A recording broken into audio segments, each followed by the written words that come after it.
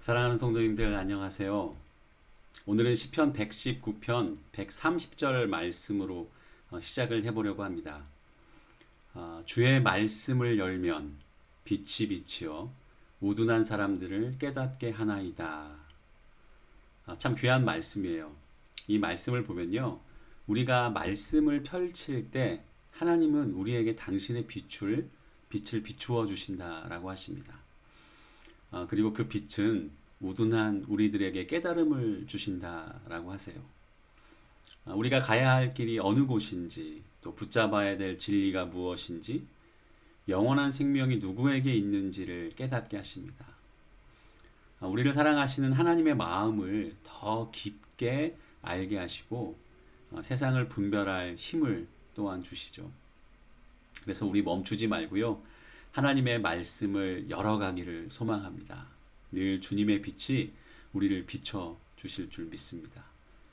오늘도 우리가 말씀을 열면서, 그리고 그 말씀을 종이에 직접 쓰고 또 마음에 새기면서 우리로 깨닫게 하시는 진리가 있어요. 바로 우리가 얼마나 하나님의 사랑을 받는 존재인지를 깨닫게 하십니다. 우리 살아가다 보면요, 우리가 참 우둔해서 잘 잊어버리는 것이 있어요. 하나님께서 나를 얼마나 사랑하고 계시는지를 그걸 잘 잊어버리는 것 같습니다. 분주함 가운데 잊고 살고, 때로 고통과 어려움의 시간이 다가오면 곧잘 잊어버리기도 합니다. 그런데 한 가지 아주 까맣게 잊어버리고 있을 때가 있습니다. 여러분, 언제일까요? 바로 어두운 죄 가운데 빠져 있을 때입니다. 죄 가운데 있을 때 하나님께서 여전히 나를 사랑하고 계실 거라는 것을 잊어버리는 거예요. 사랑하는 성도님들, 깜깜한 죄의 어두움에 갇혀 있더라도 말씀을 열어보십시오. 주님의 빛이 비추어서 우둔한 우리를 깨닫게 하시는 것이 있습니다. 바로 하나님은 여전히 당신을 사랑하신다라는 것입니다. 누가복음에 나오는 탕자를 아시죠? 그 탕자에게 가장 영광스러운 순간이 언제였습니까? 바로 아버지에게 자기 자신이 얼마나 귀하고 소중한 존재인지를 깨닫게 되는 그 순간이 아닐까요? 오히려 기다리고 계시던 아버지의 품 안에 안기는 그 순간은 그 무엇으로 우리가 비교를 할 수 있겠습니까? 탕자가 이제 아버지에게로 돌아가기를 결심하며 발걸음을 돌리는 것, 그 첫걸음이 지금 우리에게는 말씀을 여는 것이다 라고 생각을 합니다. 우리 그런 마음으로 시편 8편을 오늘은 열어봤으면 좋겠습니다. 시편 8편의 1절은 이렇게 시작이 됩니다. 여호와 우리 주여, 주의 이름이 온 땅에 어찌 그리 아름다운지요. 주의 영광이 하늘을 덮었나이다.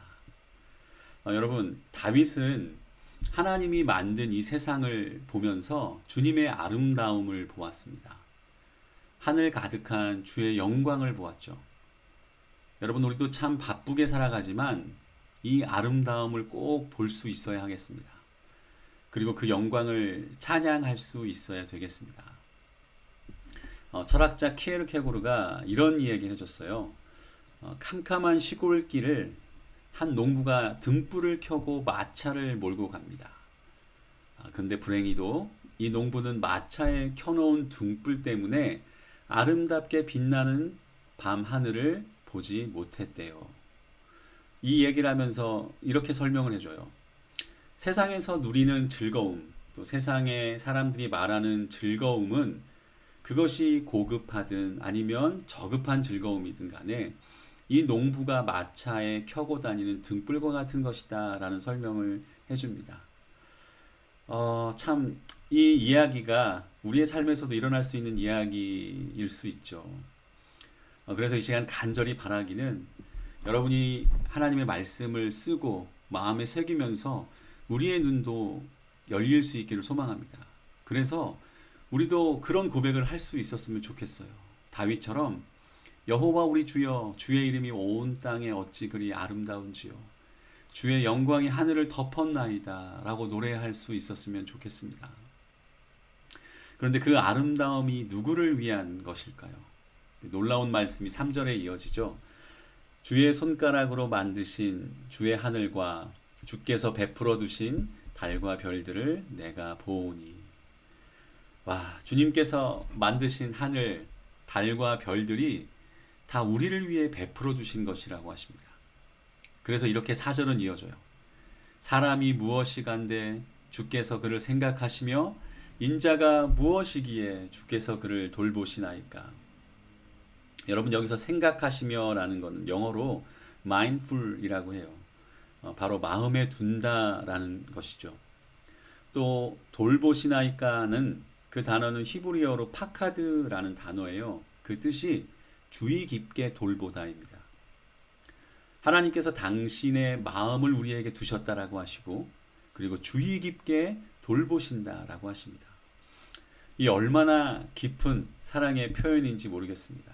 도대체 사람이 무엇이간데 우리를 이렇게 사랑하시는 걸까? 5절 한번 보시겠어요? 그를 하나님보다 조금 못하게 하시고 영화와 존귀로 관을 씌우셨나이다. 바로 우리를 창조하실 때부터 사랑의 관계를 원하셨기 때문에 그래요. 태초에 하나님께서 천지를 창조하실 때요, 다른 모든 것들은 다 종류대로 만드셨다라고 하셨어요. 그런데 사람을 지으실 때만 쓰신 단어가 있죠. 바로 형상대로라는 거예요. 우리와의 사랑의 관계를 원하시는 하나님이셨기에 우리를 당신의 형상대로 인격적으로 창조하셨습니다. 뿐만 아니라 선물로 주신 이 세상을 다스리게 하시며 하나님의 청지기로 살아가기를 원하셨습니다. 그래서 6절과 8절이 이렇게 말씀을 해주고 있죠. 주의 손으로 만드신 것을 다스리게 하시고 만물을 그의 발 아래 두셨으니 곧 모든 소와 양과 들짐승이며 공중의 새와 바다의 물고기와 바닷길에 다니는 것이니이다. 여러분, 형상대로 지으신 우리를 통해 종류대로 지으신 만물을 하나님께서 다스리게 하셨습니다. 제가 출산을 앞둔 가정에 신방을 가게 되면 꼭 보게 되는 것이 있어요. 그게 뭐냐면 앞으로 태어날 아기를 위해 준비된 것들을 보게 됩니다. 아기 침대, 예쁜 아기 옷, 그리고 아기 신발, 또 아기가 먹을 젖병들 등등 참 아기를 위해서 준비된 것들, 그런 것들을 보면요, 얼마나 부모가 태어날 자녀를 사랑으로 벌써 대하며 준비하고 있는지 느껴지게 돼요. 하나님께서 세상을 창조하실 때 그런 마음이지 않으셨을까요? 사람을 지으시기 전에 이 세상을 그토록 아름답게 창조하시며 또 그 속에서 나를 사랑하시는 하나님의 마음을 우리로 보기를 원하셨다라는 것을 생각해 보게 됩니다. 그리고 우리를 당신의 형상대로 지으시며 우리와 함께 사랑의 관계를 맺어가기를 원하시는 하나님의 마음을 우리가 깨닫기를 간절히 소망해 봅니다. 사랑하는 성도님들, 우리 함께 이 세상을 바라보며 여호와 우리 주여, 주의 이름이 온 땅에 어찌 그리 아름다운지요 라고 찬양을 하고, 사람이 무엇이기에 라는 물음, 그 물음 앞에 여전히 나를 사랑하시는 하나님 아버지의 품에 안긴 자녀라고 마음에 새겨져서 그 진리를 절대 잊지 않고 살아가는 저와 여러분들 되시기를 간절히 축복합니다. 감사합니다.